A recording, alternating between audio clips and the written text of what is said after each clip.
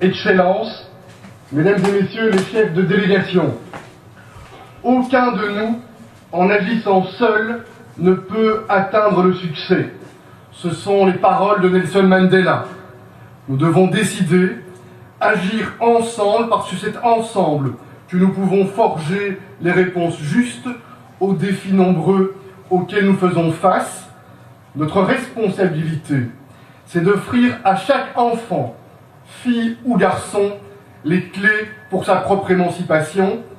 Chaque femme, chaque homme, où qu'il naisse, est porteur de droits universels, que chacun puisse apprendre, travailler, se soigner, élever ses enfants dans la paix et la sécurité, que le progrès technologique, médical, social soit partagé et ne soit pas l'apanage de quelques privilégiés. Telle doit être notre ambition, tel doit être notre engagement commun. Et nous connaissons bien le chemin pour atteindre cet objectif. Nous le connaissons bien parce qu'il est inscrit depuis 1948 dans la Déclaration universelle des droits de l'homme. Les valeurs universelles doivent être pour nous tous les lumières inaltérables qui doivent éclairer le chemin de l'humanité. Le respect des droits de l'homme, le respect de l'état de droit et de la démocratie ne devrait souffrir d'aucune exception, d'aucun accommodement, d'aucun renoncement. Or, il faut bien regarder la vérité en face. L'égalité entre les femmes et les hommes n'est pas une réalité.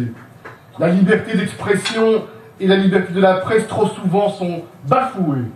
L'homophobie dans certains pays est même légalisée, parfois même dans des lois récentes. Trop souvent aussi, l'état de droit n'est qu'un paravent et la justice n'est pas un recours, mais est bien une menace pour les citoyens et les entreprises. Monsieur le Président, chers collègues, le continent africain regorge d'atouts et de talents. Son potentiel est immense. L'histoire de l'Europe et de l'Afrique sont intrinsèquement liées et bien entendu, notre avenir est commun.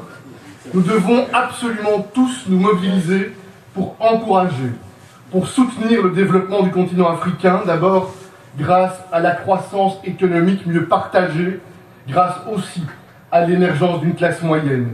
Je plaide pour un partenariat d'égal à égal, responsable avec l'Afrique, sincère, gagnant-gagnant, sans nostalgie et sans sentiment de culpabilité.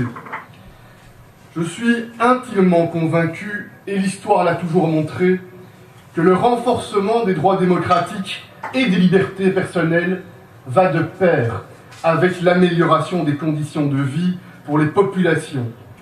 Ces dernières années, l'Afrique a connu plusieurs transitions démocratiques avec succès, et nous le devons aux citoyens qui ont participé au processus politique et électoral. Ils ont, grâce à cela, rendu plus solides leurs institutions démocratiques et leur souveraineté. Malheureusement, trop souvent encore, certains citoyens sont privés du droit fondamental d'élire ceux qui devraient les représenter. En voulant étouffer les révolutions pacifiques, on rend inévitables les révolutions violentes. Ce sont les propos de Kennedy. Une révolution pacifique, c'est une élection honnête, parce qu'il n'y a pas d'autre légitimité pour les gouvernements que celle des urnes. Respecter les exigences de l'état de droit et donc des constitutions est le seul chemin possible pour garantir la stabilité et l'harmonie démocratique.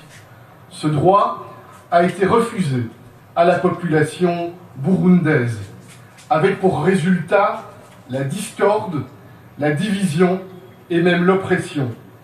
La seule solution à cette crise est un dialogue interburundais réellement inclusif, sous médiation internationale et dans le respect de l'accord d'Arusha.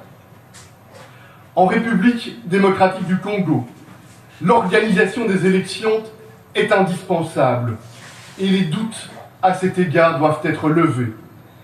Je condamne fermement toutes les formes de violence auxquelles nous avons assisté, y compris ces derniers jours à Kinshasa. Quand on exerce des fonctions d'autorité, on doit en assumer pleinement et individuellement la part de responsabilité.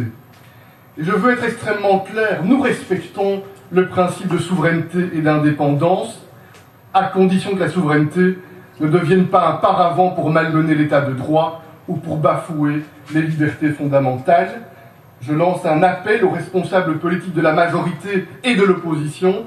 Évitez l'escalade, le dialogue doit être large et inclusif. Soyez à la hauteur de votre pays et de son peuple. Ne nous voilons pas la face. Le seul chemin possible